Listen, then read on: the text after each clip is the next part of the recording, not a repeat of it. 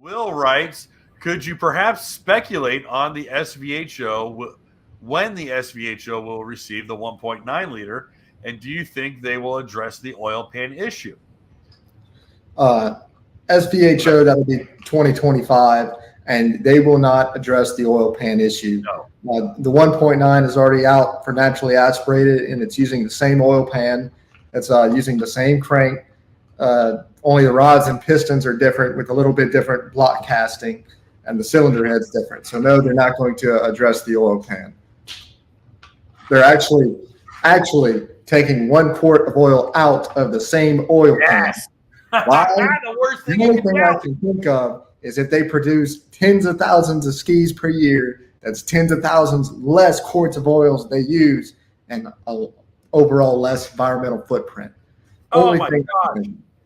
And all it does is it literally exacerbates the problem that is happening with the Yamahas. Yeah. I mean, your dad wrote the best response in on like the Green Hulk Performance Store Facebook page, where he goes, for years we thought the oil pump was trash, and it wasn't the oil pump's fault.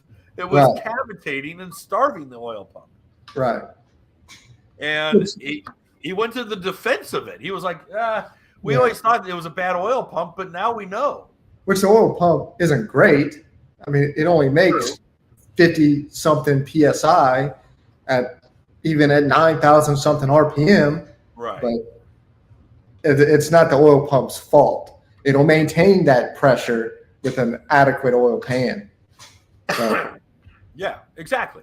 And especially if you're aerating the oil, right? If it's completely being boiled because you're circulating 4 quarts of it instead of 10 or 9, and basically the integrity of the oil is brought into question because it's being circulated through the engine so fast and being superheated.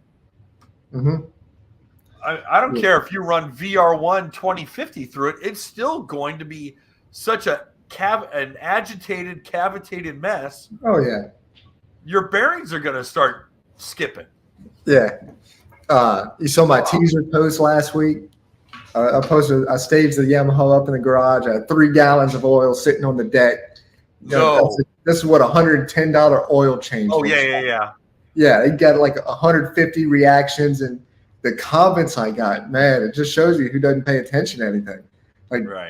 Like all these idiots came out like, I hope you didn't put 3 gallons in there. It only holds 3.5 quarts. Right. If you only knew, brother. Yeah. Yeah. But it's like engine life, engine integrity, oil integrity. If you start doing the arithmetic, but see, there's guys who are like, no, it's fine. And you're like, right.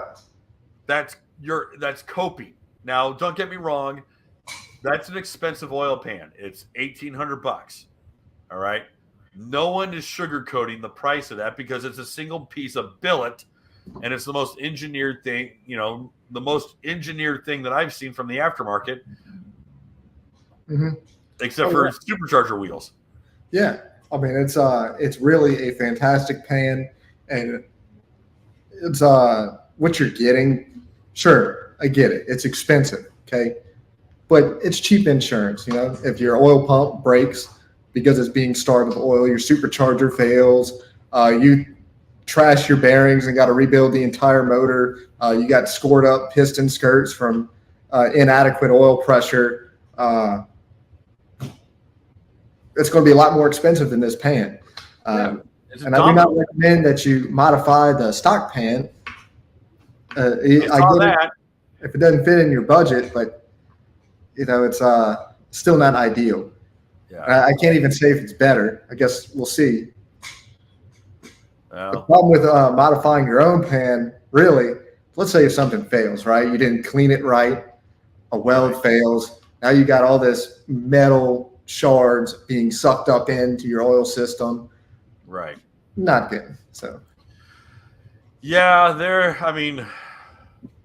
don't get me wrong. I'm a miserable TIG welder, but my MIG's okay. I can put together a roll cage and subframe connectors, and some suspension components, and I weld.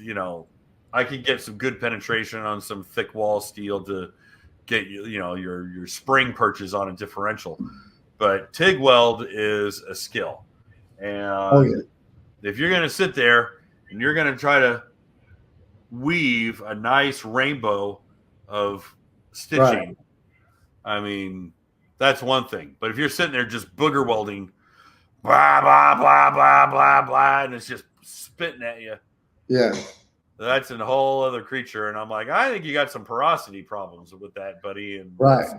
So I used to work in a fabrication shop, pipe fabrication. Yeah. And so we'd have these welds. They look beautiful, but you pressure test it and it's spewing air, squirting water straight out the top of the weld.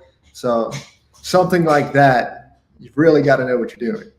Right. So you don't want a piss poor weld and then it's dripping oil out the bottom or pushing crankcase pressures out the weld. It's not kind of a recipe for disaster. Hey guys, thanks for hanging out. This clip was taken from our weekly podcast that we record here every Sunday night at 8 p.m. Eastern Standard Time. If you want to watch the whole video, you can go to the Watercraft Journal's YouTube channel, go to playlists, and then click on live sessions. You're going to see it there. Otherwise, go ahead and leave a like, a comment, and definitely subscribe to the channel. It helps us grow. And again, thanks again for watching our videos, and we hope to see you soon.